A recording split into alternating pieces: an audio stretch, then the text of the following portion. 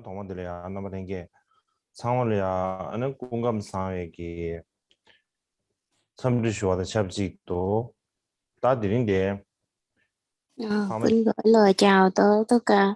quý Pháp hữu. Hôm nay là Pháp hội ngày thứ tư, Pháp hội mùa xuân ngày thứ tư. Chúng ta tiếp tục cái phần tiểu sử từ truyện cuộc đời giải thoát của Ngài Vô Tự Sẽ vào khổ thứ 12.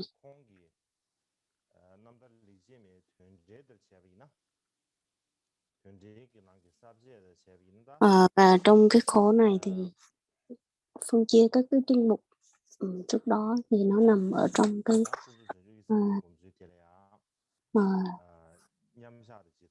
chương về phương pháp tu tập tâm Bồ Đề, phương diện tục đế. Trong này có hai mục, một đó là tu hoán đổi ngã tha, và thứ hai đó là tìm phương pháp loại bỏ, thì nó đang nằm ở cái mục thứ hai là tìm phương pháp loại bỏ những nghịch duy. Và trong đó thì phần này thì chia ra làm 10 phần. Đó là phương pháp tu tập về những cám dỗ về vật chất, rồi sự tổn hại của mình,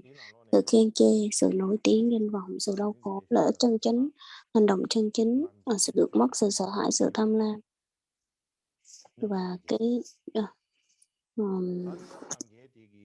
Và trong 10 phần thì chúng ta hiện tại đang tới cái phần thứ hai, đó chính là phương pháp tu tập đối với cái việc rằng là sự cám dỗ từ những cái sự tổn hại tới mình.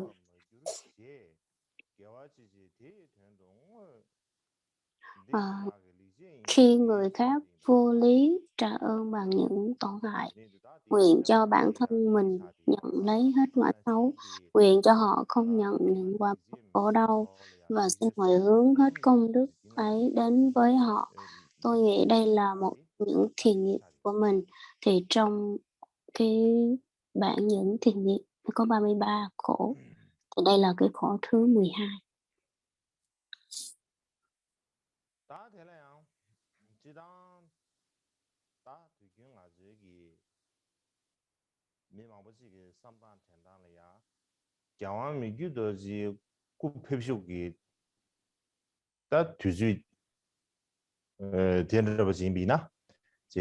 Và đối với ngài Mikao Tse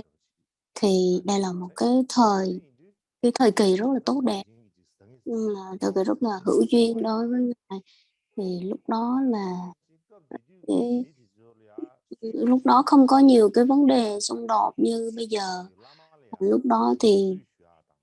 con người Phật tử đội chúng rất là có cái sự tín tâm,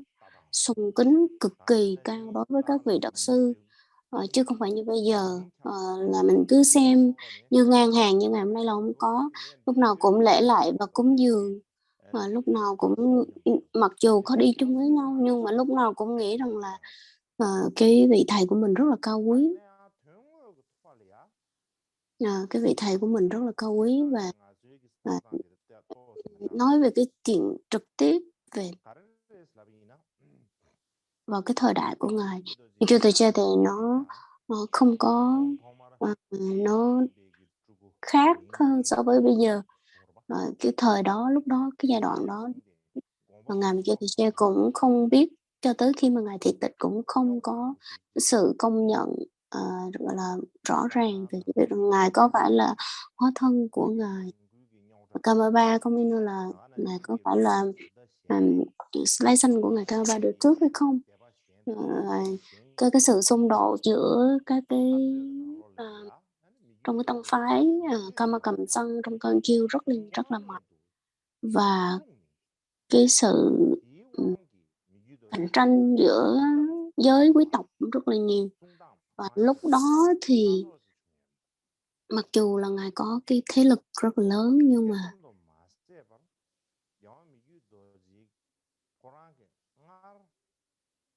lúc đó ngài rất là đối diện với rất nhiều cái sự xung đột khác nhau. Nhưng mà ngài đã rất là hoan hỷ với những cái khó khăn và cái chướng ngại mình gặp phải.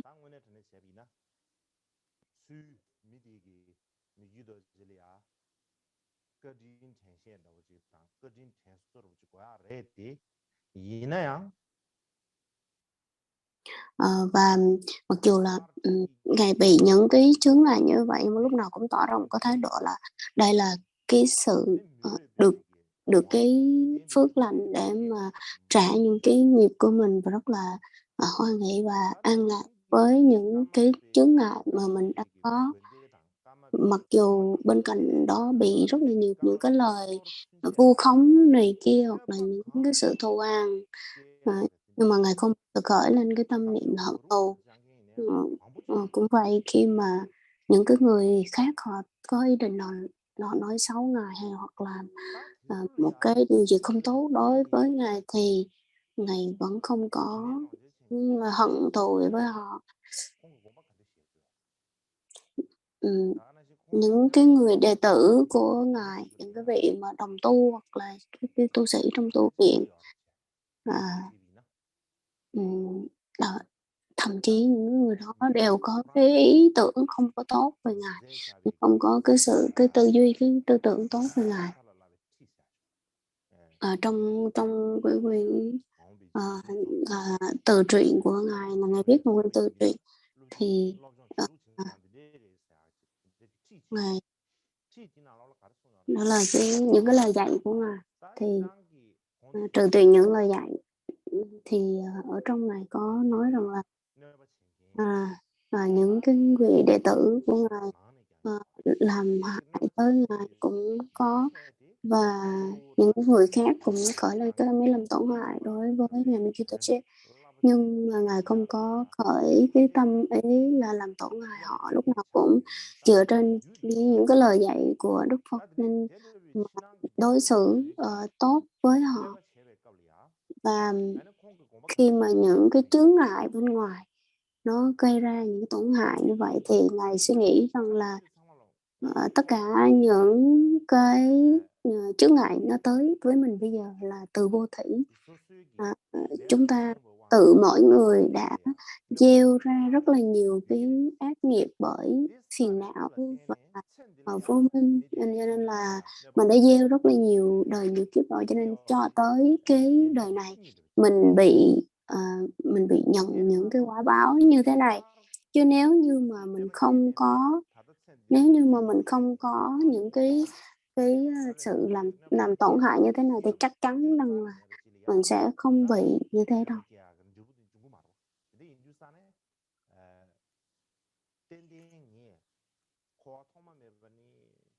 Và chính vì vậy mà từ từ vô tỷ cho tới bây giờ chúng ta đã gây rất nhiều cái nghiệp xấu, và cho tới bây giờ thì mình sẽ nhận cái quả báo xấu ác đó. Chính vì vậy mà chúng ta cần phải cái quan tâm tới, đó chính là mỗi cái nghiệp lực của mình, mỗi người, mỗi bản thân phải nhìn vào bên trong và nhìn vào cái nghiệp lực của mình nó như thế nào. Bởi vì trong cái kiếp trước, bao nhiêu cái kiếp trước của mình đã gieo rất là nhiều cái nghiệp mà cho tới bây giờ nó chưa có chín mùi, nó chưa có tới cái sự trả nghiệp cho tới bây giờ. Và tương lai thì mình sẽ gặp những cái chướng ngại như vậy. Cho nên là cho nên nếu như mà mình không có biết tu, thì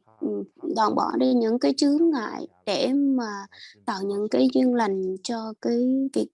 tái sinh làm người, hoặc là tái sinh lên cái cõi cao hơn, thì những cái tội nghiệp như vậy nó sẽ đeo bám mình. Và nếu như mà cái phương pháp tốt nhất để mà gọi là tịnh hóa đi những cái nghiệp, làm cho tiêu đi những cái nghiệp đó là gì? Đó chính là đó là khi mà những người khác họ làm hại tới mình, thì mình hãy mình hãy phát lại cái nguyện rằng là thôi mình xin nhận và không có làm tổn hại lại cho họ. Cho nên cứ nếu mà người ta làm hại mình mà mình cứ làm hại người khác thì cứ làm hại qua lẫn nhau thì mình sẽ tích lũy cái nghiệp càng dày. Cho nên là nó sẽ không bao giờ kết thúc, nó cứ bị xoay vần lấy nhau. Chính vì vậy mà khi mà người khác họ làm tổn hại tới mình thì xin cho những cái người đó họ không nhận những cái quả báo xấu ác với những cái nghiệp mà họ đang gieo ra đối với mình. Và đây là cái phương pháp tốt nhất thì làm sao có thể thực hành được. Thì cái người đối diện đó,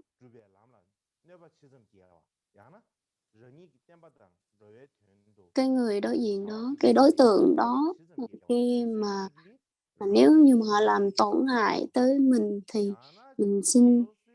nguyện cái phương pháp, vì cái phương pháp mà để tích lũy cái sự nghiệp, tích lũy phước đức cho cái sự nghiệp giải thoát giác ngộ thì bao nhiêu mình bị chướng ngại bao nhiêu thì mình cần phải nỗ lực bấy nhiêu để mà tích lũy cho cái sự nghiệp giải thoát giác ngộ của mình. Vì sao? Nếu như bình thường khi mà người khác họ làm tổn hại tới mình thì dĩ nhiên là mình sẽ có một cái sự khổ đau nhất định. Nhưng mà đối với cái nghịch duyên ấy, mình sẽ dùng cái nghịch duyên đó để mà cái nghịch duyên và cái đau khổ đó để mình làm cái nhân cho mình đạt được sự giải thoát giác ngộ. Bởi vì khi mà mình trải qua những cái cảm giác đau khổ và trả cái nghiệp khi mà họ hại mình như vậy thì đó là cái cách để mà mình tích lũy phước đức. Cho nên nó là một cái nhân để cho mình tích lũy cái nghiệp phước lành. Cho nên là nguyện cái việc rằng là mình tích lũy được cái phước đó để họ không có bị trả cái nghiệp xấu ác.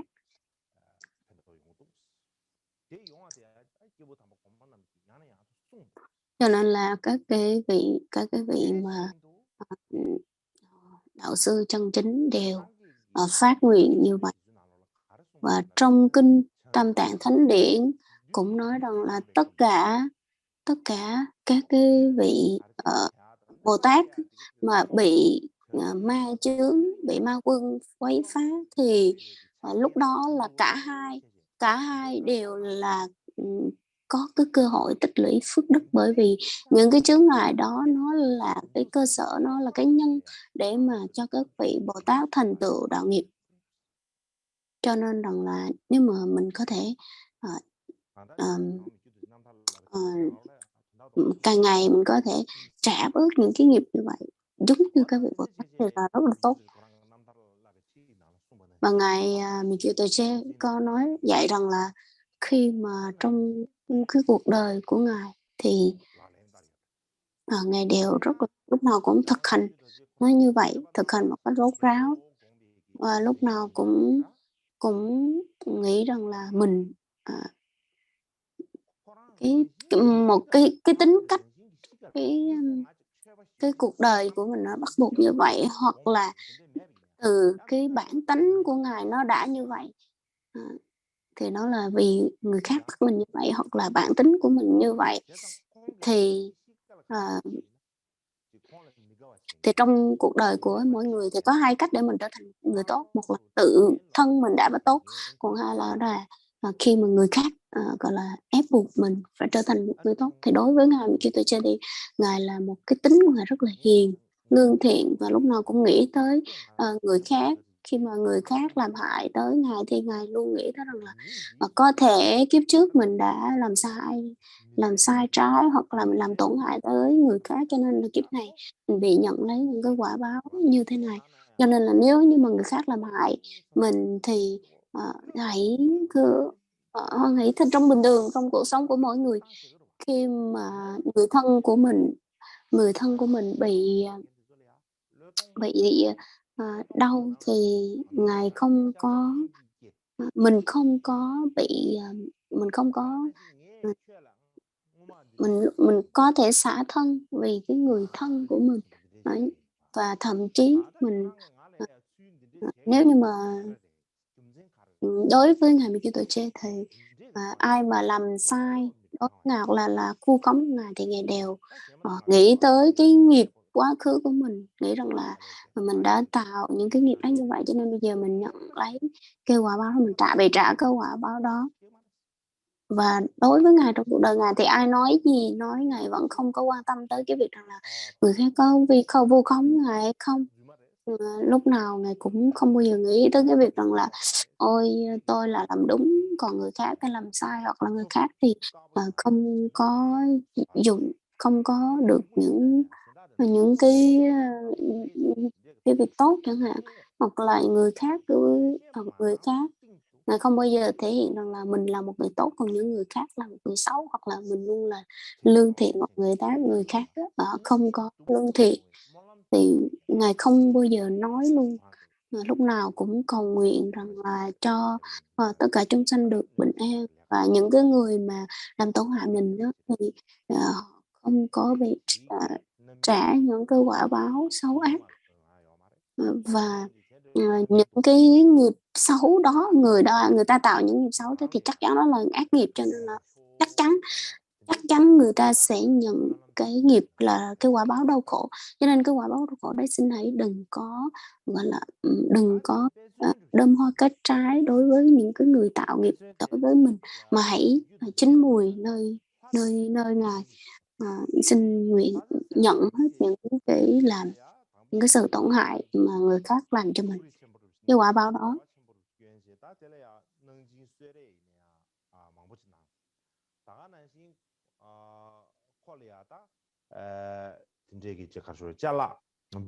Và cái thời đó thì rất là nhiều người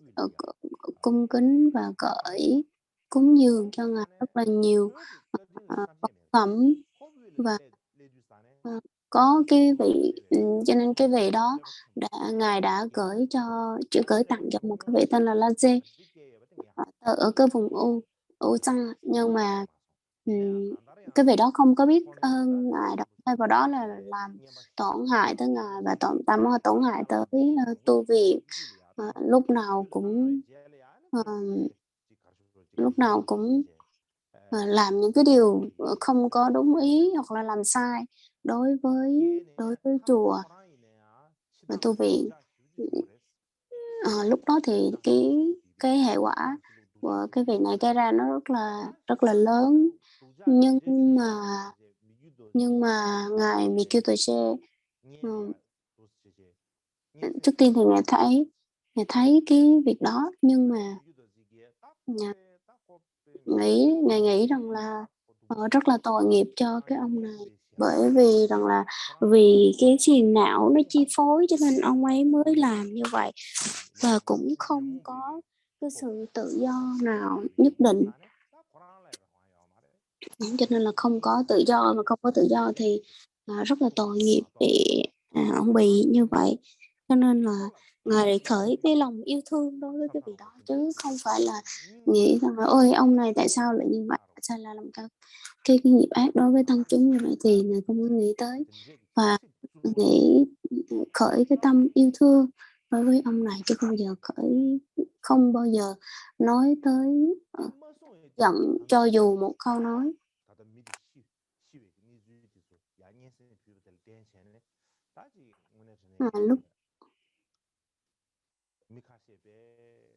Lúc đó thì có những người lúc cũng chìm trong cái vô minh, kiểu vô minh lắm, cho nên là những cái người đó họ bị si mê, và cái sự sân giận nó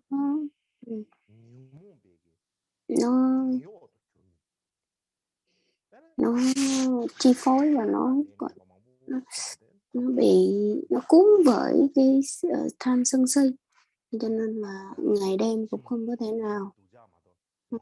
thể nào mà an lành, nên là chắc chắn trong tương lai là sẽ bị nhận cái quả báo không thể nào tả nổi. Và ngài rất là lo lắng cho những cái hành động của những người khác tạo như vậy. Cái sự lo lắng của ngài nó giống như là cái việc rằng là giống như là cái tim của mình bị kim đâm vào, mà ngày đêm luôn, chứ không phải là một thời gian ngắn đâu. Lúc nào có một thời gian, ngày nào mình cũng không có sức lực luôn, vì quá lo lắng cho những cái hành động xấu ác của người khác. Cái tư tưởng, cái hành động giống như là đứng ngồi không yên, rất là lo lắng là làm sao mình có thể giúp được họ. Và lúc đó thì Ngài cũng gọi là nguyện chư tăng, cầu nguyện cho tăng bảo, các vị đạo sư và tam bảo gia hộ cho những cái người đó. Và lúc đó thì có một người thị giả, vị thị giả của Ngài tên là Sangye Petrus, thì nhìn thấy tận mắt và đã ghi lại với những cái lời, cái sự việc như vậy. Nên là Ngài Kitô chết, Ngài không chỉ là một vị Lama nổi tiếng, một vị Lama đạo cao đức trọng, mà không chỉ là qua lời nói đâu, mà qua cái hành động của Ngài mình vẫn có thể thấy được cái đức hạnh như vậy, và đi vào thế gian để mà độ chúng sanh. Cái thời đó thì đối với Ngài Kitô thì Ngài có một cái quyền hạn nhất định, gọi là cái quyền lực nhất định. Và hơn nữa là có cái quyền lực của một cái vị giám luật, có nghĩa là Ngài có thể xét xử cái tình hình của tăng đoàn thời bấy giờ ở cái thời Cà Chen, ở lều trại. Thì cái sự ảnh hưởng của Ngài rất là lớn. Và lúc đó thì những cái thế lực mà ảnh hưởng tới các cái tu viện của Cà Chen thì Ngài là một trong những thế lực rất là lớn, và ảnh hưởng rất là mạnh tới cái việc mà giới luật của tăng đoàn, thanh quy của tăng chúng.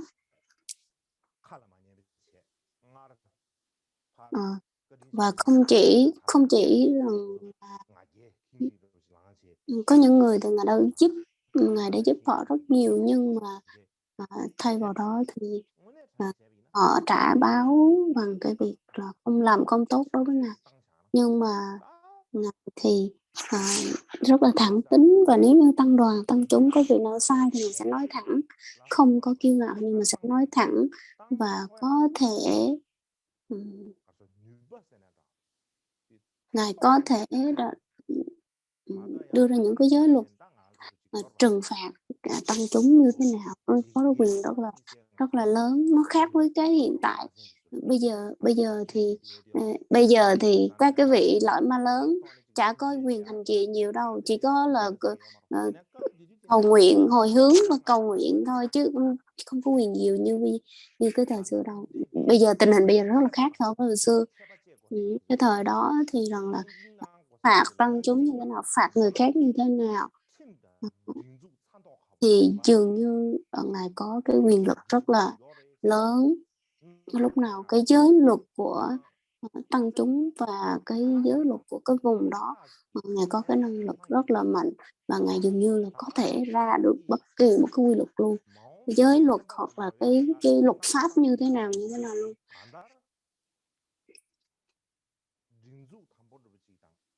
Ngài đã có quyền về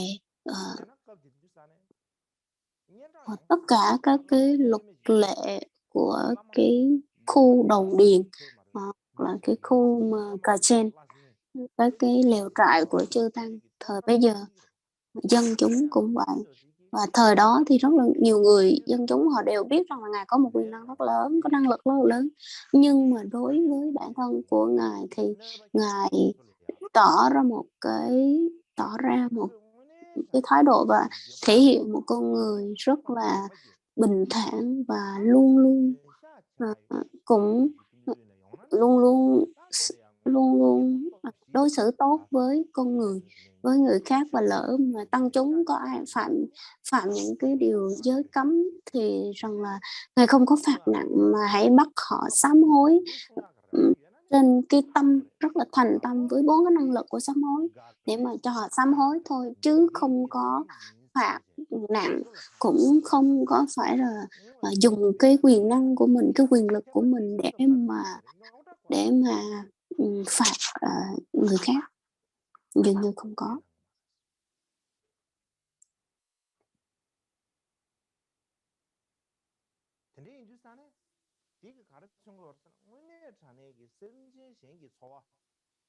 Cho nên là đối với Ngài thì cái cảm giác của chúng sanh khác, cảm giác của người khác thì là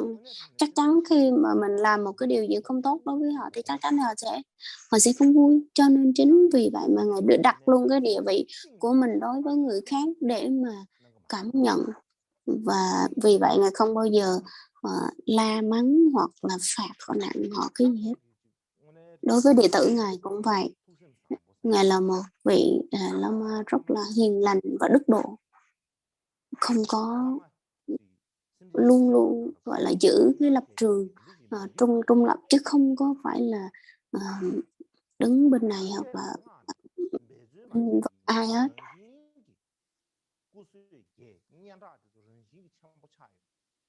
Và chính vì những cái đức hạnh của Ngài mà, ờ, cái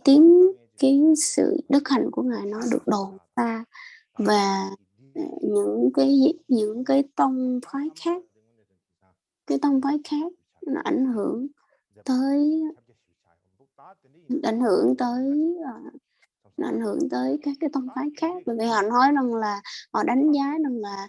bên cái tông phái của Karmapa không có giới luật hoặc là không có nghiêm khắc nữa, cho nên là thấy rằng là đây là một cái hiện tướng của sự sửa đổi nên họ không có thích nhiều. Và vì vậy cho nên rằng là, ừm,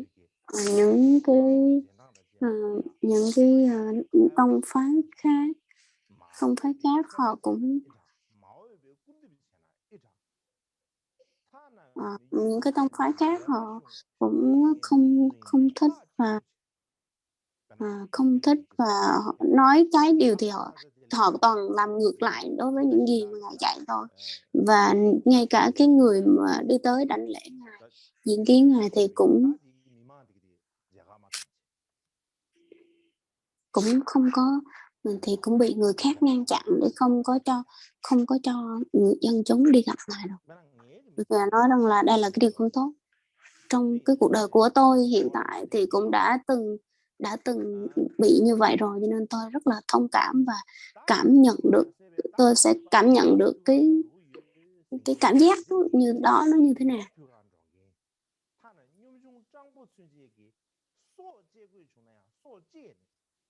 Và,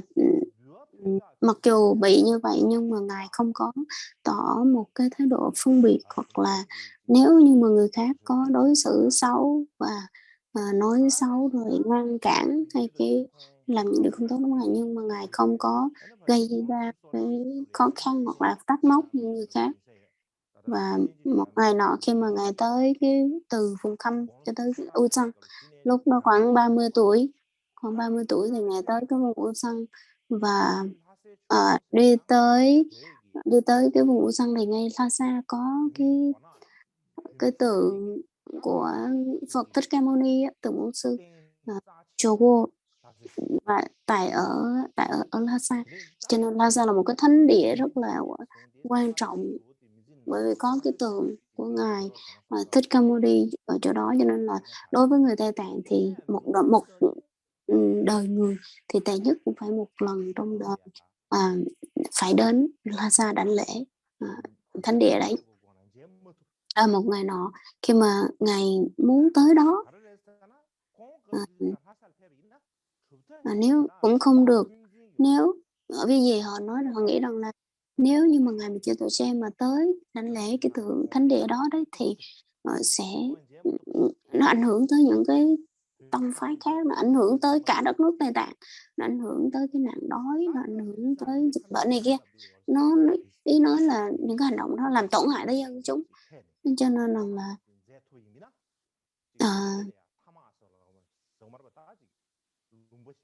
cho nên là không có hay. Cho nên nếu mà ngày tới đó ngày đảnh lễ và diện kiến cái tường tới thánh địa đó thì đất nước sẽ bị sự chiến tranh hoặc là dịch bệnh nào đó xảy ra. Người ta nói rất là nhiều, nhưng mà trong cái hành động trực tiếp đó là ngày cuối cùng này cũng không có tới được cái thánh địa Lhasa, và dù là ngài không có tới được Lhasa thì cái tình hình hiện tại của cái câu chuyện như vậy thì nó như thế nào thì tôi không có biết rõ, nhưng mà tình hình nó có những cái câu chuyện như vậy. Và khi mà ngài 40 tuổi thì ngài mình kêu chỉ thọ có 48 tuổi thôi, và tới cái giai đoạn là 40 tuổi thì ngài khoảng 40 tuổi ngài tới khoảng 40 tuổi thì lúc đó có một cái vị vua của Tây Tạng. Lúc đó thì không biết là vị vua tên gì, nhưng mà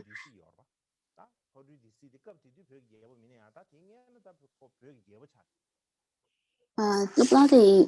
không có vua Tây Tạng, không có tên, nhưng mà trước đó là có vị vua và cái vị sau đó với nhường quyền lại, nói chung là cái vị lãnh đạo của cái vùng đó. Thì tới cái vùng Surabhu thì tới đó cái vị lãnh đạo đó mới cúng dường cái vùng đất tên là Surabhu, và cái ngôi chùa Surabhu đó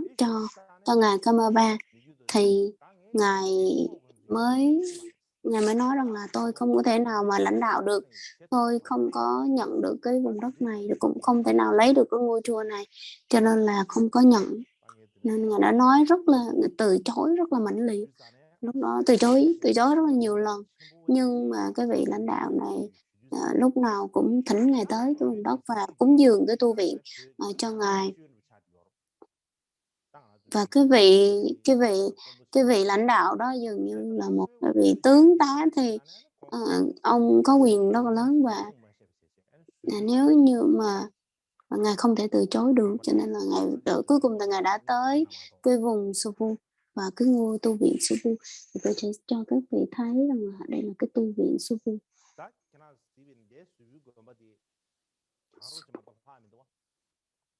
Bây giờ chỉ còn cái tàn tích như thế này thôi, chứ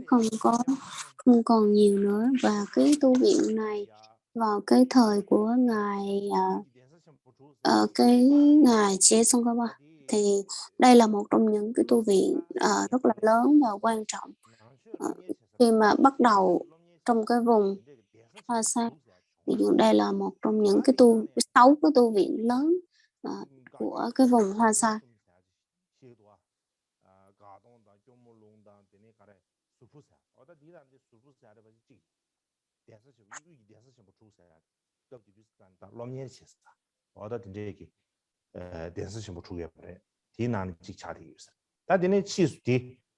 Và sau này thì cái tu viện này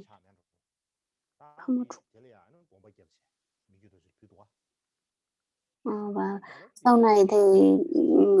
cái vị mà lãnh đạo này họ mới tu sửa lại cái tu viện này và cúng dường lên ngài Kamaba chư tổ trì.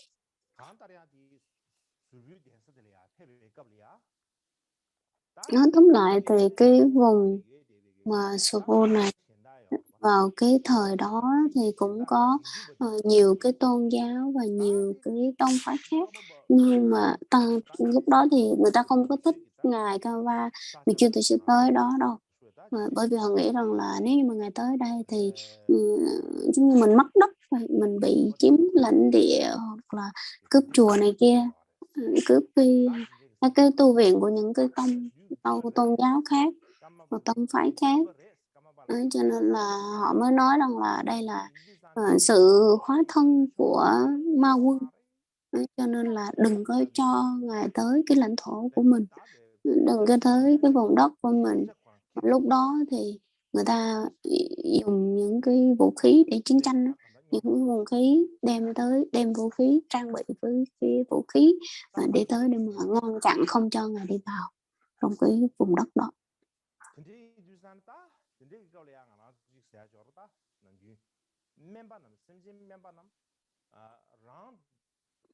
동해 용거래 삼배 삼재요. 파부에 간사디 졸라 셴 동해 용거래 삼배 삼재요. Cho nên là trong thường thường chúng ta hay nói rằng là chúng sanh thì sợ cái quả báo của mình thôi, còn Bồ Tát thì sợ cái quả báo khổ đau của lo lắng cho cái quả báo khổ đau của chúng sanh. Chúng ta hay nói như vậy. Cho nên là đối với Ngài Chư Từ Che lúc đó thì mặc dù người khác là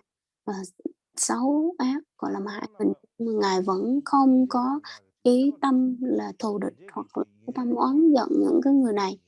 Mà lúc nào cũng khởi cái tâm là làm sao có thể cho họ được, làm sao có thể cho họ an lành, an vui, và làm sao thay đổi được cái hành động của họ, và tại sao họ lại bị những cái quả báo như thế này. Rất là thương họ, rất là thương tâm. Có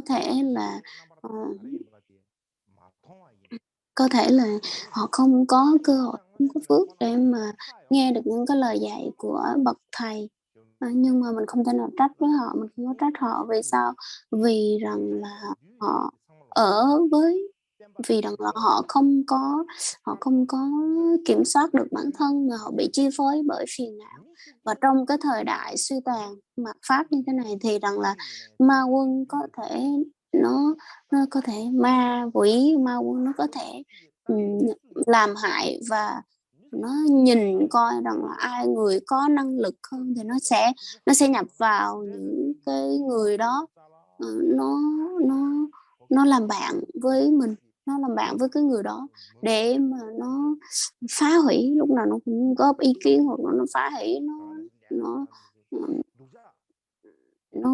gọi là làm cho cái người đó lúc nào cũng hành động xấu. Nên nó cố gắng làm như vậy. Và đối với những người mắc thường như mình thì mình không có thấy được như vậy. Mình không có thấy được,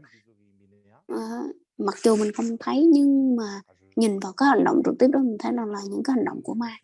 những cái hành động được chi phối bởi ma. Và ma quỷ thì lúc nào nó cũng kiếm cái cơ hội để mà nó làm tổn hại tới mình. Cho nên rằng là tất cả những cái hành vi, những cái hành động của mình bây giờ đều liên quan tới cái việc rằng là bị chi phối bởi nghiệp và phiền não hết. Cho nên là và bây giờ mình bị những cái quả báo hoặc là mình hành động như thế này đều là do cái việc là mình đã tạo rất là nhiều cái quả báo xấu ác từ nhiều đời. Cho nên đối với mình không như vậy thì đối với họ không có cách nào khác hết. Nhà chúng ta cũng không có trách móc được gì với họ. Cho nên rằng là Ngài đã luôn luôn tìm kiếm những cái phương tiện thật là thiện xảo để mà hóa độ họ, chứ không có nói xấu, cũng không có đáp trả bằng cái sự đau khổ cho họ đâu.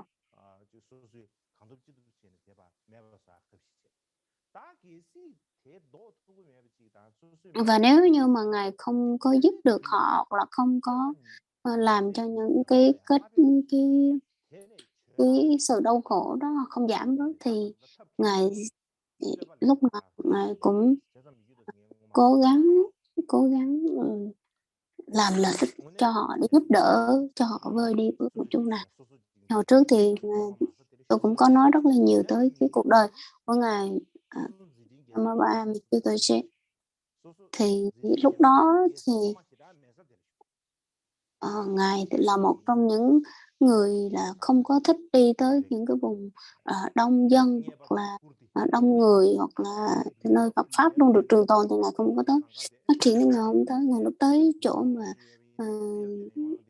ít người, cái vùng biên địa và cái vùng người khác ít với Phật pháp, thì tới đó để mà giáo hóa. Những cái trong tiểu sử của Ngài kể rất là nhiều về cái việc này. Và không những vậy, những cái người mà làm xấu ác tổn hại tới Ngài thì Ngài luôn phát khởi cái tâm rằng là không có xin cho họ không có, nguyện cho họ không có bị những cái quả báo xấu ác, và đặc biệt là tất cả những cái nghiệp xấu ác của người khác, của chúng sanh khác, hãy nhận, mình nguyện là mình sẽ trả hết những cái quả báo xấu ác đó cho họ. Và lúc nào Ngài cũng cầu nguyện hồi hướng như vậy, tâm niệm như vậy. Cho nên trong cái cuộc đời của Ngài Kiều Tổ Chế, đây là một trong những cái thiện hạnh của Ngài.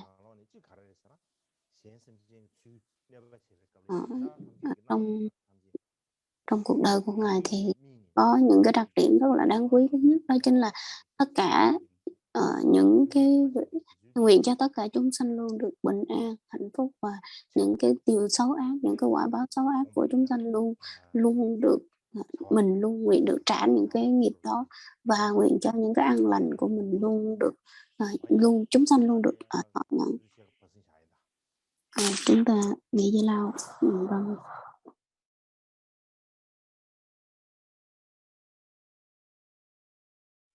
다 당기 공시바다 경험이 유도지 구초슈게 갑리야 anh 별이야 주도 미지바 편준 chỉ chour이다. Tiếp theo cái thời đại của Ngài Kiều Tại Chế lúc mà hiện tại, thời đó có rất là nhiều cái sự tranh quyền, tranh giành, xung đột xảy ra rất là nhiều.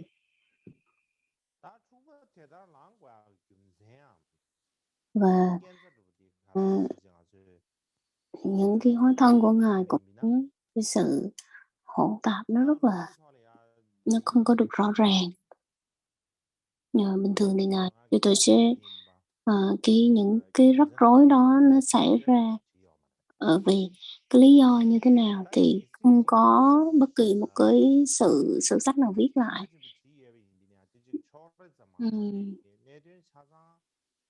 Nhưng mà những cái sách khác thì viết lại thì cũng viết một chút xíu, một cái góc độ nào đó thôi, chứ dường như là không có kể rõ ràng những cái xung đột. Nhưng mà chúng ta có thể đoán được đó chính là những cái lý do nhỏ nhỏ, đó chính là khi mà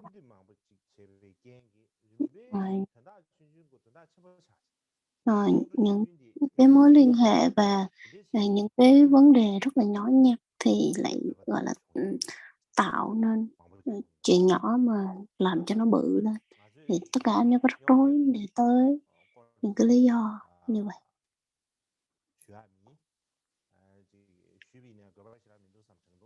Và những cái rắc rối mình không có nói nhiều, sự xung đột đó mình không có nói nhiều, cũng không nói rõ, bởi vì nó chẳng có lợi ích gì. Nếu mà nói ra thì cũng không có lợi ích gì hết. Bình thường trong cái cuộc đời của mình, nếu như mà các vị những người đối với những người nghe thì nghe ra thì nó cũng không có ai, và đối với tôi thì mà tôi dạy lại, tôi nói những lời này thì hai người đều hai cái khía cạnh khác nhau. Đối với tôi nói ra thì cái động cơ đó chính là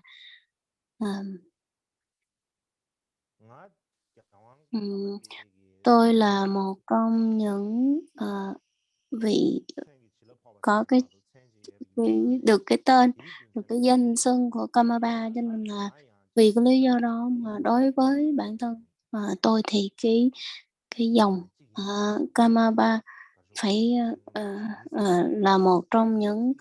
cái vị là một vị hóa thân của Kamaba. Tôi không tới với một cái động cơ như vậy, tôi không nói với một cái động cơ như vậy cho tới bây giờ. Thì trong cái tư tưởng của tôi rằng là có thể tôi là một trong những hóa thân của ngài Kamaba thôi, chứ không có.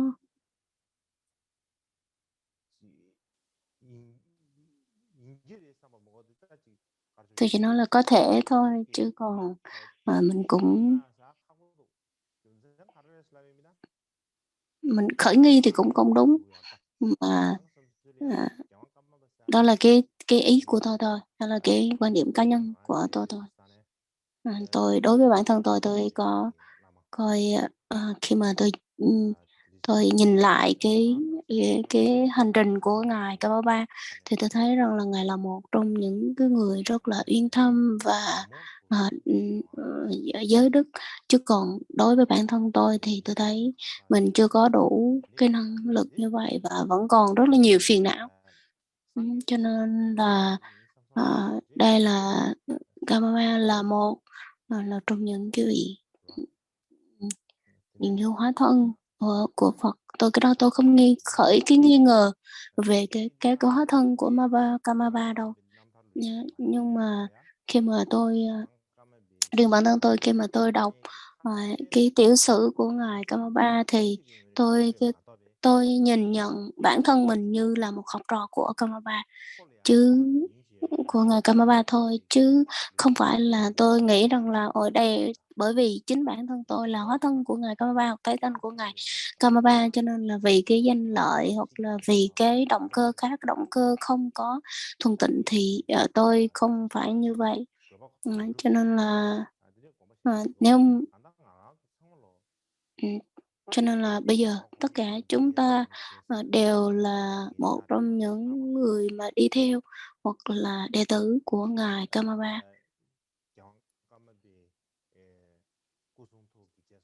và chúng ta là một trong những người truyền bá những cái ý nguyện thân khẩu ý của ngài Karmapa. Cho nên chính vì vậy mà tôi nhắc thêm về cái tiểu sử của ngài Karmapa. Đôi lúc nếu như mà qua cái tiểu sử của ngài có thể nhắc nhở được các quý vị có thể tu tập tốt, thì đó là cái điều tốt, chứ không phải là với những cái ý nãy giờ tôi nói rằng là như vậy. Cho nên nếu như mà các vị suy nghĩ không có đúng với cái động cơ của tôi thì nó cũng không được. Cho nên là nói gì thì chính bản thân tôi cũng là một trong những người có rất là có phước đức để mà có cơ hội đọc được và đọc được những cái bộ sách cũng như cái bộ luận tiểu sử của ngài Karmapa. Nếu như mà nói trên phương diện đó thì ngài Karmapa là một trong những người rất là đặc biệt. Trong tất cả những cái đời tái sinh của ngài Karmapa thì ngày thứ 8 là một trong những cái thân tái sinh rất là đặc biệt, hội đủ tất cả những cái điều kiện, những cái lợi ích và ba cái điểm rất là đặc biệt ở ngài Karmapa. Đó chính là đối với tất cả những Karmapa, đối với tất cả các thân tái sinh của Karmapa đều là một trong những đều là cái việc là lãnh đạo một cái tông phái, cho nên là ngài đã làm việc rất là cực lực và ngài rất là dùng những cái phương tiện thiện xảo để mà xử lý mọi việc. Đó là cái điều mà tôi thấy là cái ưu điểm từ ngài Karmapa. Và cái điều đặc biệt từ ngài Karmapa đó chính là trong cái khu vực trên là công vực lều trại của tăng chúng thì ngài đã đi tới Tây Tạng hoặc là Tây Tạng, Trung Quốc, Mông Cổ, đi các cái nơi và ngài đặt chân tới rất là nhiều nơi xa xôi hẻo lánh để mà hóa độ chúng sanh. Cho nên chính vì vậy nên mình thấy rằng là hiện tại có một số cái vùng xa xôi hẻo lánh đều có, trong những vùng xa xôi hẻo lánh đều có cái chùa của Ca Kiêu, và có những cái hộ gia đình họ vẫn còn giữ cái truyền thống là thờ ngài Karmapa và đọc những cái bản kinh, những cái bản trì niệm những cái nghi quỹ của ngài Karmapa. Cho nên là chứng tỏ rằng là dù cái nơi nào mà không có của Tây Tạng, không có chùa hoặc là không có tăng sĩ đi chăng nữa thì cũng đều hiện tại thì cũng đều ảnh hưởng cho tới bây giờ là gia đình vẫn còn giữ cái truyền thống là trì tụng và cầu nguyện Kamava, cầu nguyện đến ngài Kamava. Cho nên là qua đó mình thấy rằng là một mặt thì ngài là một vị lãnh đạo của một cái tông phái tôn giáo, và ngài là dường như là hóa thân của Đức Phật để mà tới đi tất cả các nơi dù sao rồi hẻo lánh để mà hóa độ chúng sanh. Trong đó thì mình có thể thấy được qua sử sách và ngài đã cố gắng rất là nhiều để mà hóa độ, đi các cái nơi đó để mà hóa độ cho chúng sanh. Cái đặc điểm thứ hai đó chính là từ các cái đời của ngài Kamva, từ đời thứ nhất cho tới đời 16, thì rằng là cái tên thì là cái danh hiệu của ngài Kamava, nhưng mỗi người, mỗi cái hóa thân, mỗi cái đời tái sanh đều có một cái tôn chỉ riêng. Có thỉnh thoảng có đời thì cái tính cách rất là dễ thương và không có khó tính, cũng có những đời thì là cái tính cách rất là nghiêm nghị. Và dường như những cái lời dạy và các cái bản dịch cũng như là bản trước tác đều rất là khác nhau. Và qua đó thì chúng ta thấy rằng là cái cách cư xử cũng như cái con đường hướng mà những cái đời trước, những cái đường hướng mà đời trước, hoặc là như là cái tư tưởng truyền thống của cha mẹ nó không phải là các đời Kamava đều trì giữ, mà mỗi đời đều có một cái đường hướng mới, đường lối mới cho đồ chúng. Ví dụ như cuộc đời của ngài Mikio Tuche thì cái đời này ngài có một đặc điểm rất là thích thảo luận và nghiên cứu về các cái thánh điển, tất cả đều rất là, ngài rất là thích đọc những cái bản luận giải của các vị tổ. Và khi mà ngài thấy như vậy, khi mà được chứng kiến những cái bộ thanh điển đó, thì cái cách giải thích của ngài đối với cách giải thích của những cái vị trước đó nó khác nhau hoàn toàn, rất là khác rất là nhiều. Và bây giờ thì các cái vị học giả bây giờ nói rằng là trong cái quyển sách, quyển luận tên là Kỳ Tuyên Chue Bê, lưu trú cùng kia là một cái bộ luận giải của ngài Kỳ Tuyên Chue Bê. Và ngài Kỳ Tuyên Chue Bê là một trong những cái vị có công đối với lịch sử Tây Tạng, và một trong những cái người mà có một cái phong cách nghệ thuật rất là mới. Thì cái vị này viết cái bản, một cái văn bản, một cái bộ sách, một luận tên là Lưu Trúc Cùng Kim, thì Long Thọ Thánh Ý Luận. Thì trong đó nói tới là ngài Kamaba đời thứ 10 Chuyên Thủ Chí là một trong những ngài đời Kamaba rất là thích đến nghệ thuật, thích làm thơ, cũng có một cái phong cách sống rất là đặc biệt. Cái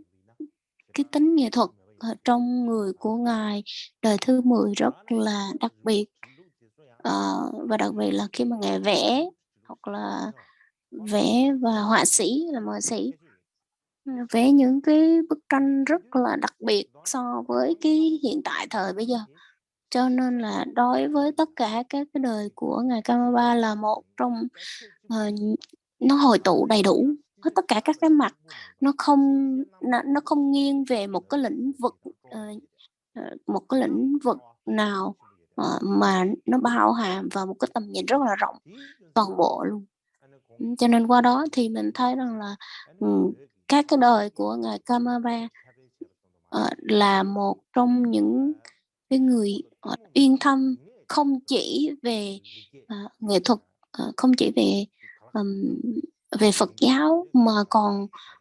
về đến nghệ thuật rồi văn chương, là tất cả nó đều rất là yên tâm. Cái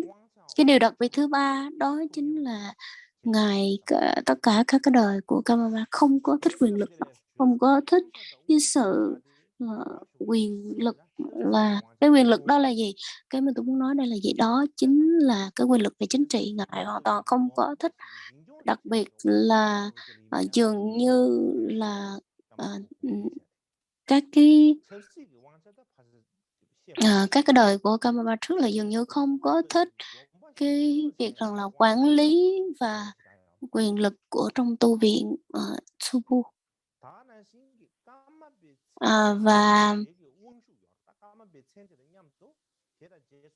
Và đặc biệt là cái quyền lực khi mà có tới cái tên của Kamala thôi, một cái quyền lực rất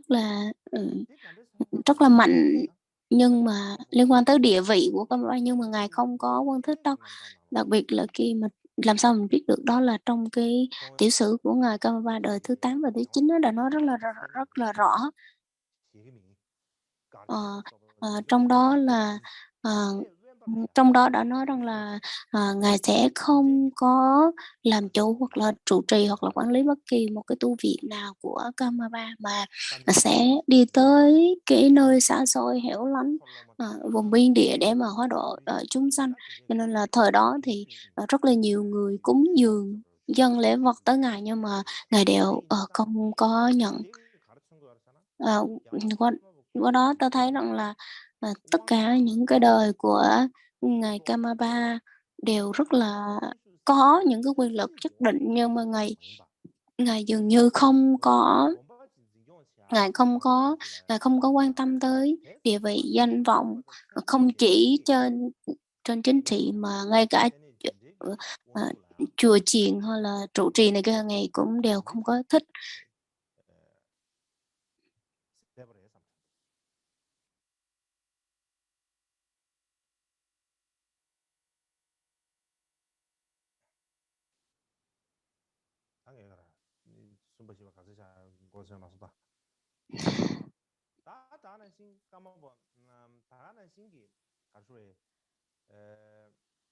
Cũng vậy, khi mà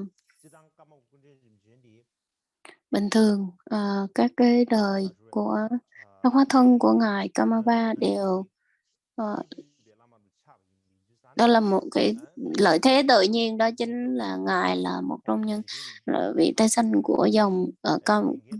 Kakiru, cho nên là cái trách nhiệm chính của ngài là truyền bá và duy trì và truyền bá cái tông phái Kakiru. Nhưng mà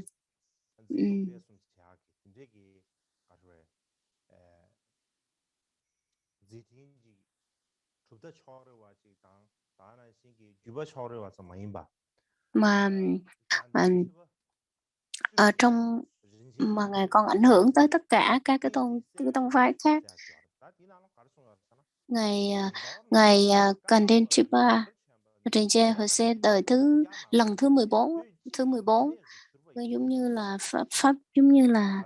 pháp chủ vậy, như là pháp chủ đời thứ 14, lần thứ 14, pháp chủ thứ 14 có nói rằng là tuyên báo rằng là các cái đời của Kamaba luôn luôn được tôn kính ở khắp nơi, từ Tây Tạng cho tới Trung Quốc, dân chúng đều rất là cung kính tới ngài. Và đặc biệt là từ cái đời thứ 10 trở về trước ấy, là một trong những cái người ảnh hưởng rất là nhiều, và cái sự truyền bá được thịnh vượng rất là lớn thời Tây Tạng thời bây giờ. Và cái ngài luôn có một cái nhìn rất là rộng toàn diện,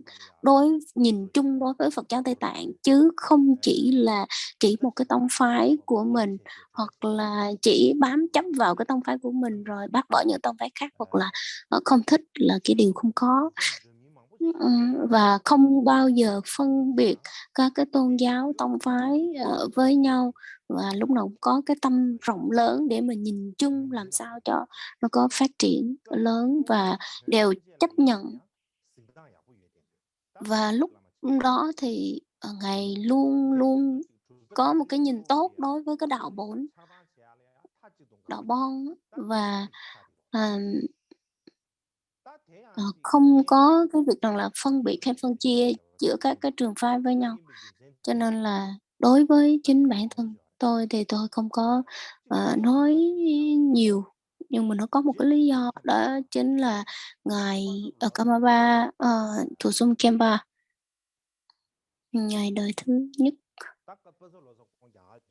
ngài Pachap Lozawa, là vị dịch giả Pachap Lozawa, khi mà từ ngày đi từ Ấn Độ qua Tây Tạng thì có đem theo hai cái pháp khí. Cái thứ nhất đó chính là một cái được cho là gọi là biểu tượng trưng cho cái truyền tâm ấn, một cái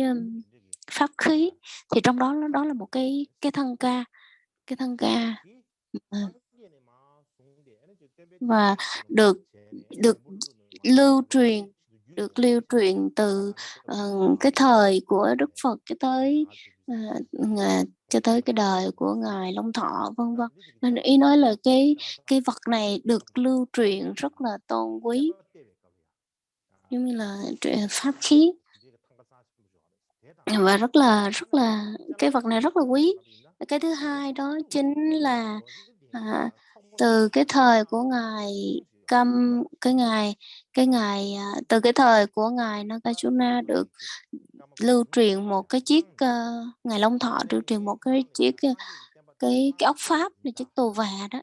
thì từ cái thời của ngài được lấy từ Bồ Đề Đạo Tràng.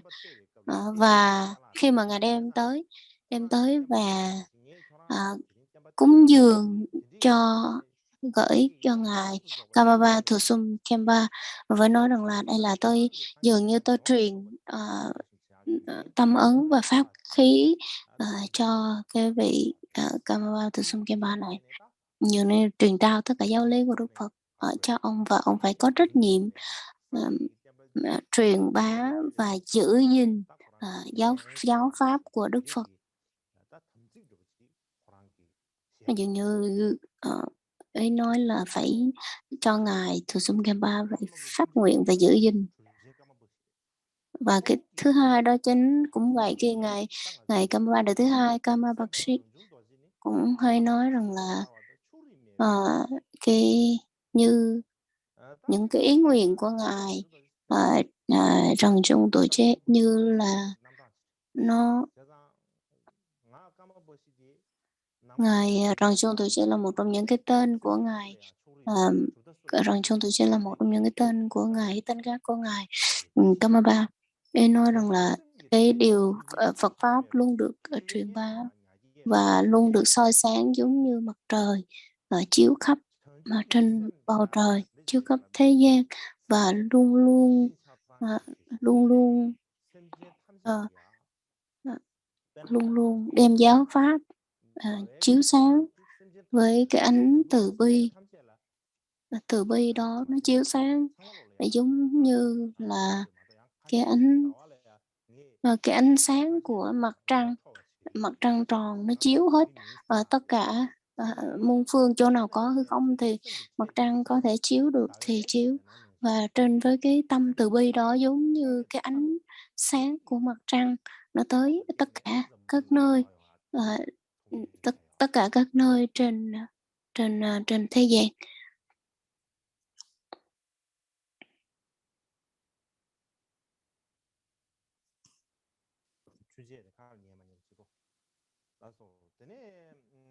Bị trục trặc kỹ thuật một chút xíu. Và ngài Kamapa đời răng trong tuổi trẻ và thị sinh Sapa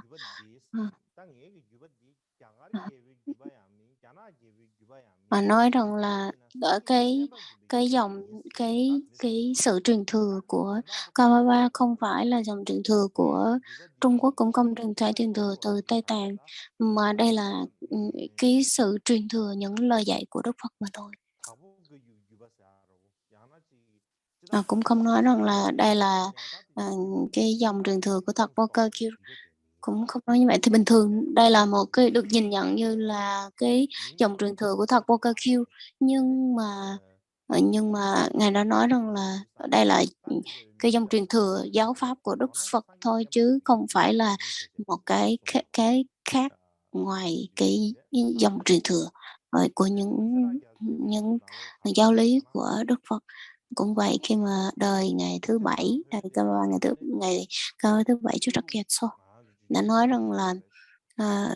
tuy nhiên ở Tây Tạng có rất là nhiều tôn giáo và dòng truyền thừa khác nhau, nhưng mà chúng ta đều là theo giáo lý của Đức Phật, đặc biệt là những người hành giả tu về mật tông, mật thừa. Cho nên rằng là nói tóm lại thì rằng tất cả chúng ta đều là những người tu hành theo giáo lý của Đức Phật, chứ không có gì sai biệt hoặc là không có gì khác biệt. Cũng như là cái Sakya Trò Năng, Salu, hoặc là Phổ Tông, hoặc là Nghĩa Lúc, hoặc là Ra Trang, Kadamba, Sangpua, Kamboba, Suboba, Thị Cung, hoặc là Ta Lung, hoặc là Trục Ba, Cơ Kiêu, đều là vân vân, đều là tuy là những cái dòng dõi, dòng truyền thừa pháp riêng lẻ, cái dòng truyền thừa riêng lẻ đặc khác nhau, nhưng mà nó chỉ là những cái tên đặt cho nó khác nhau thôi, chứ nói về cái nghĩa tất cả chúng ta đều là một trong những người tu tập giáo pháp của Đức Phật. Và cái việc mà những cái tên này nó khác nhau vì lý do gì? Vì rằng là từ cái đầu tiên, từ cái thời kỳ sơ khởi đó, cái phong tục nó xuất hiện nó được truyền bá từ một cái phong tục khác nhau. Cho nên là cái cách mà cái dòng truyền thừa được từ cái mũ đội, các cái mũ, và cái cách mà lắc cái chuông, có cái kiên, cái chuông và cái chùy, kiên chùy khác nhau, thì nó cũng là tùy theo cái phong tục tập quán ở mỗi nơi thôi, chứ còn tất cả đều là cái giống nhau, đó là chúng ta đều thực hành theo những cái lời dạy của Đức Phật. Mặc dù là có những cái tên tông phái này kia khác nhau, nhưng mà tất cả đều là đệ tử của Phật, đều là thực hành những cái lời dạy của Đức Phật thôi. Cho nên nếu mà nói ra tất cả những cái tông phái và cái triết học, cái tư tưởng triết học, nó đều chỉ là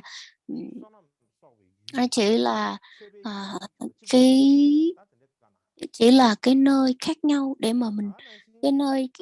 để cho mà mình có thể tích lũy phước đức thôi, chứ không có gì khác ngoài cái việc là tu tập và thực hành giáo lý của Đức Phật. Ngài Chötr cũng nói rằng là tôi không phải là một cái người,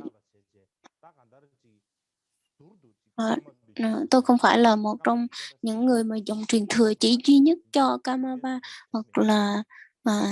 là chỉ đi theo cái giáo lý của phái của Kamapa thôi, là tôi không bao giờ nghĩ như vậy. Lúc nào tôi cũng với cái tư tưởng rằng là tôi phải có trách nhiệm và có sự gọi là mình phải truyền bá giáo lý của Đức Phật thôi, chứ không bao giờ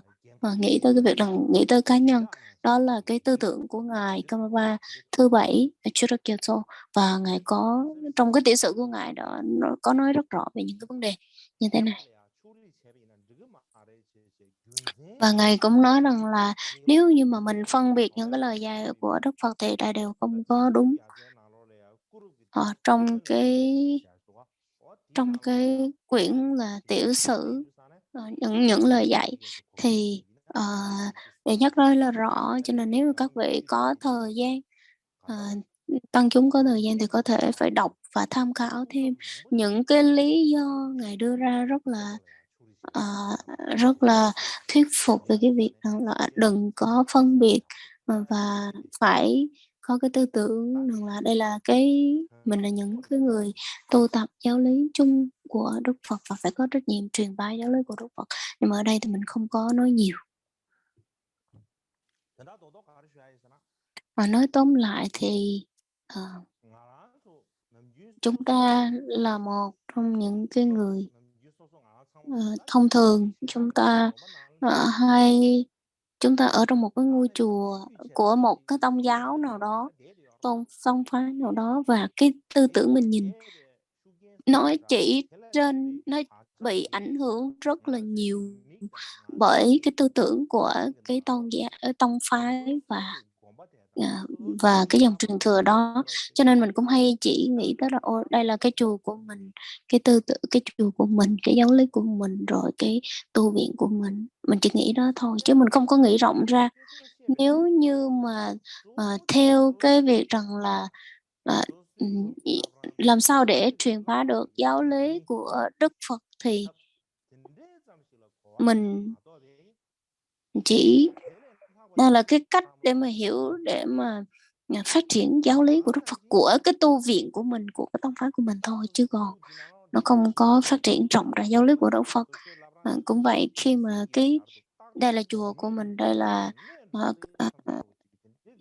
Lap Răng của mình. Lap Răng là cái chỗ ở dành cho Lama,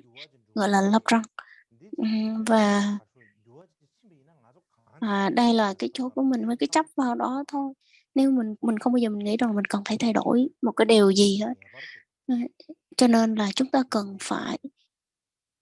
phải nhìn nhận tư duy một cách thực tế, và hãy suy nghĩ rất là sâu xa.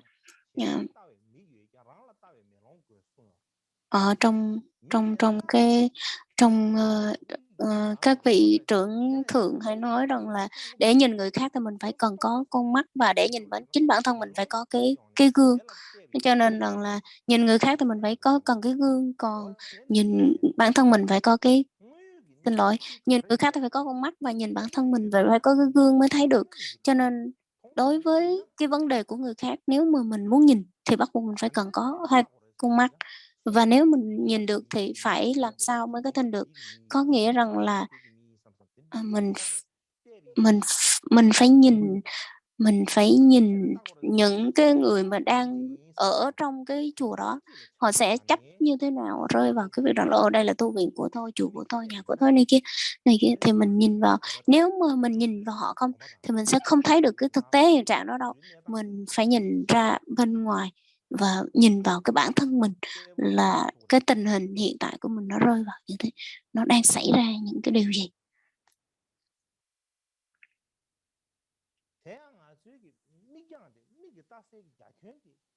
Cho nên là nếu như mà mình phải mở mắt của mình to ra, mình phải vươn rộng cái tầm nhìn của mình ra, chứ mình đừng chỉ nhìn trong cái trước mặt mình của không, cái phạm vi trước mặt của mình không đâu, mà phải nhìn tới rất là phạm vi nó rộng tới nhiều cây số, thì mình mới có thể thấy được. Chứ còn nếu như mà mình nhìn cái phạm vi của mình quá nhỏ thì chắc chắn là mình không có thấy được đâu. Và đặc biệt đối với cái thế kỷ 21 của thời đại thời bây giờ, mình phải có cái tầm nhìn rất là rộng ra. Bây giờ khi mình nhìn cái thế giới thực tại của mình hiện tại, là có rất là nhiều cái tôn giáo khác nhau, và cái tôn giáo gọi là đích thực, cái tôn giáo mà tốt đem lại lợi lại cho chúng sanh là cũng rất là nhiều, và cái tôn giáo mà gọi là tôn giáo không có chính thống, không có đích thực, không có đem lại lợi cho chúng sanh cũng rất là nhiều. Chẳng hạn như bây giờ hiện tại trên thế giới có hai tôn giáo, đó là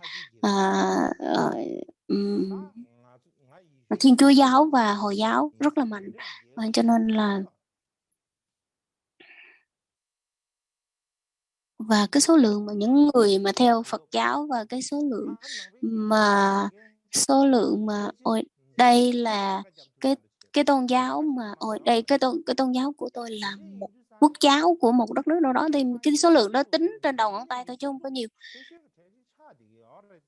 Cho nên là Phật giáo là một trong những cái tôn giáo lớn, mặc dù là một trong những tôn giáo lớn trên thế giới, nhưng mà nó rất là khác so với các cái tôn giáo khác, khác rất là nhiều. Ngày xưa thì rằng là đa số các cái quốc gia đất nước khác có cái số lượng theo Phật giáo rất là nhiều, và cũng có thể nói rằng đây là cái tôn giáo, đây là cái đất nước này là Phật giáo, là quốc giáo. Nhưng mà so với bây giờ thì nó không còn như hồi xưa nữa, không còn cái thời kỳ hoàng kim như hồi xưa nữa, nhưng người ta không còn tin tưởng vào Phật giáo như cái thời xưa, cho nên đó là một trong những cái minh chứng để mình thấy rằng là cái giáo lý đang rơi vào cái thời kỳ suy tàn. Cái lý do đó chính là cái lý do bên ngoài, đó chính là có rất là nhiều, đó chính là các cái tôn giáo khác ấy, họ đã dùng rất là nhiều phương pháp khác nhau, đôi lúc dùng luôn bạo lực để mà phát triển cái tôn giáo của họ, để mà truyền bá cái tôn giáo của họ. Cho nên là họ đã cố gắng dùng những cái phương pháp khác nhau để mình đi, gọi là đi vào cái quốc gia, cái tôn giáo, cái chỗ nào mà có đạo Phật, và họ đã cố gắng làm như vậy. Và cái lý do thứ hai đó chính là cái lý do từ bên trong, chính bên trong cái tôn giáo, bên trong của Phật giáo, đó chính là các cái tư tưởng tông phái hoặc là con người với con người của Phật giáo, nó không có cái sự hòa đồng với nhau. Đối với chúng ta đi, đối với bây giờ nhìn chung đối với Phật giáo đây, mình cứ phân biệt coi bên đây là đại thừa hoặc là đây là tiểu thừa, hoặc là phân biệt thêm là bên Hiển giáo và Mật giáo, nó là Hiển giáo, Mật giáo mới là chính thống, còn Hiển giáo thì là chẳng là cái gì. Hoặc là mình phân biệt rằng là ôi Phật giáo Tây Tạng, Phật giáo Mông Cổ, Phật giáo Trung Quốc này kia, vân vân. Mình cứ phân biệt ở đây là phân biệt, rồi ngay cả trong chính Tây Tạng cũng phân biệt những cái dòng truyền thừa chính. Ở đây có 4 dòng truyền thính hoặc là 5 dòng truyền thừa thính, hoặc thậm chí nó có nhiều hơn như vậy nữa. Và đặc biệt là nếu mình nói chung thì bên Ca Kiêu cũng là phân biệt rất là nhiều ở trong đó. Bây giờ mình không có nói nhiều, hoặc là mình không có nói quá rõ ràng ở đây, nếu mà bởi vì khi mà mình nói nhiều thì có thể là nó cũng không có được tốt lắm. Nhưng mà cái điều thực tế đó chính là chúng ta phân biệt quá nhiều đi, chúng ta có cái tâm phân biệt của chúng ta quá nhiều, cho nên là lúc nào cũng nói rằng ôi đây là tôi theo cái phái Cơ Kiêu, còn bên kia là theo Tây Tạng hay này kia, hoặc đi theo Phật giáo khác này kia,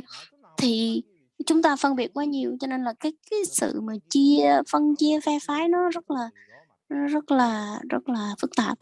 Và nói chung về cái tình hình giáo lý của Đức Phật thì nó đã có chừng đó rồi, mà bây giờ tại sao mình lại phải chia nhỏ ra nữa? Cái sự ảnh hưởng mình chia nhỏ thì một ngày nào đó nếu mình cứ tiếp tục chia nhỏ như vậy thì một ngày nào đó mình sẽ không thấy được luôn, bởi vì nó quá nhỏ. Cho nên rằng là cái cái sự đoàn kết giữa các cái phái với nhau, hoặc là cái dòng truyền thừa với nhau, mình đã bị cái tâm phân biệt nó chi phối, và mình cứ phân biệt. Cho nên bây giờ mình thấy rằng là càng phân biệt càng phải chia loại, thì tất nhiên cái tâm của con người của mình là sẽ khởi lên cái tâm phân biệt và cái tâm phân chia ra rồi. Đó là cái điều rất là dĩ nhiên. Cho nên là ví dụ như Phật giáo Tây Tạng, Phật giáo của mình bị chia ra, đó chính là cái chi phối, bị gì đó chi phối vào bản thân của mình trước tiên. Cho nên là mình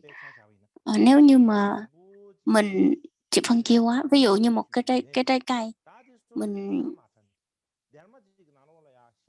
và mình cần phải hành động, chứ không phải là mình cứ chờ đợi người khác làm cho mình đâu. Nếu cũng giống như cái việc làm một cái trái cây, mình để một cái dĩa trái cây rất là đẹp, mà mình không có động cái tay vào cái dĩa trái cây đó, thì tự nhiên cái dĩa trái cây đó nó cũng chín nó chín và nó hư luôn. Cho nên chính vì vậy mà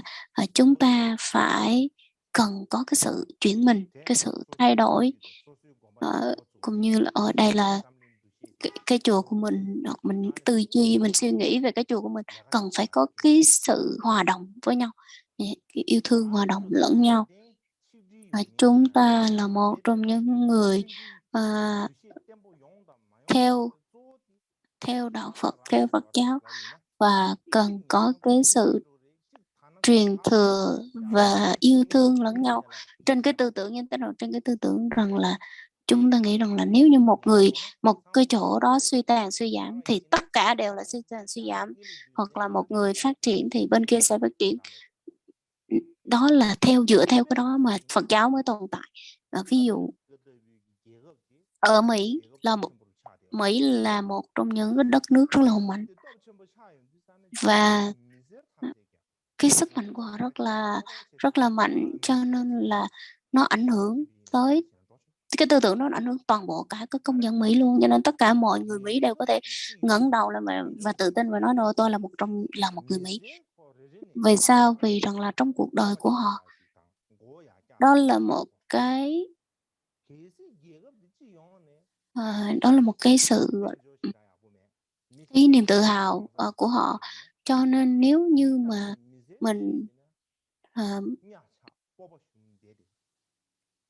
cho nên nếu như mà trong một cái gia đình hoặc là một trong đất nước mà người ta không có quyền lực và không có tự tin, thì lúc nào mình cũng sẽ cảm nhận cái sự tự ti đó hết. Nhưng bây giờ mình không thể nào, cái thời đại của mình nó rất là khác, cho nên là dù mình đang ở một đất nước nào đó và mình khởi lên cái tâm niệm đó rất là khó. Vì sao? Vì nhưng mà một ngày đó đó mình sẽ có cái niềm tự hào mình là một người theo đạo Phật. Và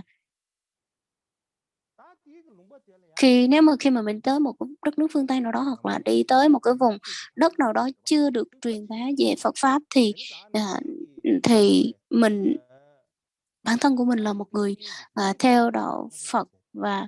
mình tới những cái vùng đó thì mình chỉ đem theo một cái tư tưởng duy nhất, đó chính là mình là một người theo đạo Phật và có trách nhiệm truyền bá tới giáo lý của Đức Phật, và được cái cơ hội để cho người khác họ có thể chiêm bái Phật pháp, chiêm bái về tượng Phật, hoặc là tiếp xúc với đạo Phật thôi, là mình đã thấy cái niềm vui đó, cái niềm hạnh phúc nó vô hạn rồi. Cho nên rằng là bây giờ mình đang ở trong các cái ngôi chùa, là đang nương tựa vào tăng đoàn, là một cái điều vô cùng thiêng liêng và quý giá. Cái điều đó mình không bao giờ mình cảm nhận được đâu. Mình không cảm nhận được đâu cho tới khi mình đi ra khỏi cái đất nước đó và mình đi tới một cái vùng đất khác và không có một cái sự bảo hộ nào, lúc đó mình mới cảm thấy là cái cảm nhận như thế này nó là như thế nào. Trên thế giới rất là nhiều cái quốc gia đã nói Phật giáo đã ít rồi, mà huống gì tới Phật giáo Tây Tạng, nó càng ít hơn. Cho nên giờ tôi nói tới cái tông phái của Karmapa thì nó dường giống như là cái sừng của con thỏ vậy, nó ít, nó hiếm và nó rất là quý như vậy. Nó không có luôn, dường như nó không thể nào mà tồn tại và hiện hữu được. Cho nên là mình không có phân biệt được rằng là đây là cái của ta. Và dường như cái Phật giáo của Ca Kiêu nó rất là nhỏ, và nó kiểu mình đừng có cái tư tưởng như là ếch ngồi đáy giếng, đừng có giống như là đây là cái chùa của tôi rất là lớn, cái chùa rất lớn, rất là quan trọng, rồi cái chỗ ở của tôi rất lớn, rất là quan trọng, cái lâm răng của tôi rất lớn, rất quan trọng. Đừng có nghĩ như vậy. Nếu như mà mình đi với cái tư tưởng, mình lúc nào mang cái tư tưởng như vậy thì thật sự không có tốt. Và đừng bao giờ nghĩ rằng là tất cả mọi thứ sẽ không bao giờ thay đổi. Đừng bao giờ nghĩ như vậy. Mình dường như không có cách nào khác nếu mình nghĩ như vậy. Bây giờ cái thế giới nó thay đổi rất là nhiều, và toàn bộ thế giới thay đổi, và con người với nhau, cái mối liên hệ giữa con người với nhau nó rất là mạnh, nó cũng càng ngày nó càng phát triển. Và lúc nào đó là chúng ta là một loài người với nhau, nó là một loài người với nhau. Và đừng bao giờ có cái kêu rằng là mình có thể mình sống với cái tư tưởng là mình giống như mình che đi cái con mắt của mình, đó là chính mình đã lừa dối mình, chứ không có cái thực tế như vậy đâu. Cho nên là mình cần phải có cái trách nhiệm và có cái sự đối diện và nhìn nhận vào cái thực tế hiện tại. Chúng ta là một trong những người theo Phật giáo, và đây là cái điều cốt lõi trong cái đạo Phật, đó chính là cần làm lợi ích cho chúng sanh và phục vụ cho cái việc rằng là đạo Pháp. Và dù cho cái tôn giáo nào, cái tông phái nào, cái thừa nào, cái đạo nào, cái dòng truyền thừa nào cũng không quan trọng, cho nên là Phật giáo là quan trọng. Đây là chúng ta đang học và tu theo cái giáo lý của Đức Phật, nên cũng không có phân biệt rằng đại thừa, đại thừa hoặc là cái thừa khác, hoặc là Phật giáo Tây Tạng hay không phải Phật giáo Tây Tạng, hay là trong nội bộ Phật giáo đi chăng nữa, thì cũng cần phải có cái sự nương tựa lẫn nhau và lúc nào cũng có cái trách nhiệm với nhau.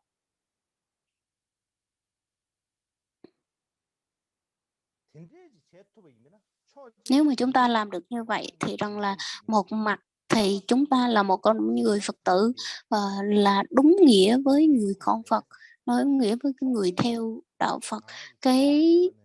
mặt khác, mặt thứ hai đó chính là chúng ta là một trong những người thực hành về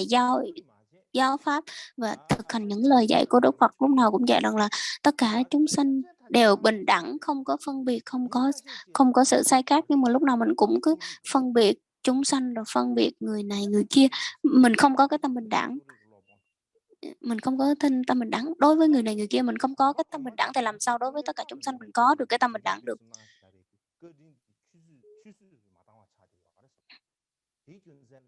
Và nếu như mà mình không có thực hành đúng thì dường như cái sự truyền thừa và cái sự hy sinh của những cái người đi trước đã lãng phí rất là nhiều. Cái công sức của họ rất là lãng phí, cho nên là mặt khác mình cần phải suy nghĩ rằng là chúng ta hay bị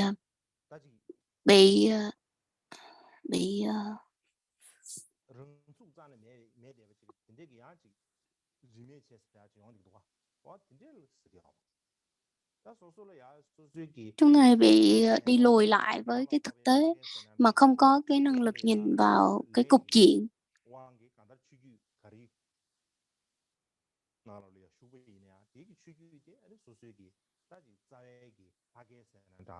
Và mình không bao giờ mình cố gắng bởi cái năng lực của bản thân mình và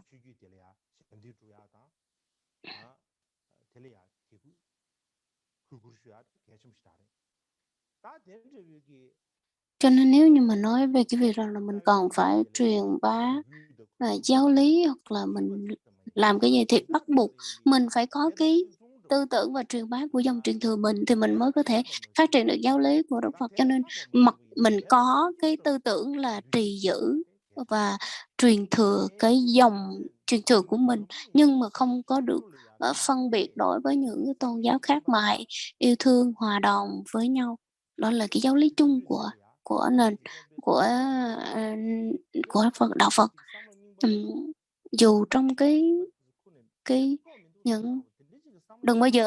bao giờ nghĩ rằng là các cái đừng bao giờ nghĩ rằng là tất cả những cái việc các cái bậc thầy vĩ đại, các bậc đạo sư ở trong quá khứ đã không có ý nghĩa gì hết. Những cái hành động, những cái sự cố gắng của họ không có ý nghĩa, thì nếu như mà mình nghĩ như vậy thì rằng là làm sao mà mình nghĩ được rằng là mình phải tích lũy phước đức trong 3 a tăng kỳ kiếp thì mình mới có thể thành Phật được. Cho nên là chúng ta cần phải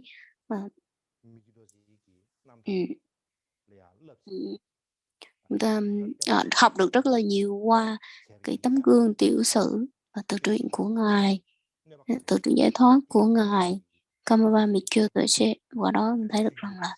cái điều nào tốt, cái điều nào xấu, những cái lợi và những cái hại. Và nếu như mà mình bám chấp vào những cái điều gì thì tốt, và nó có những cái điều lợi ích như thế nào. Và hôm nay chúng ta dừng tại đây.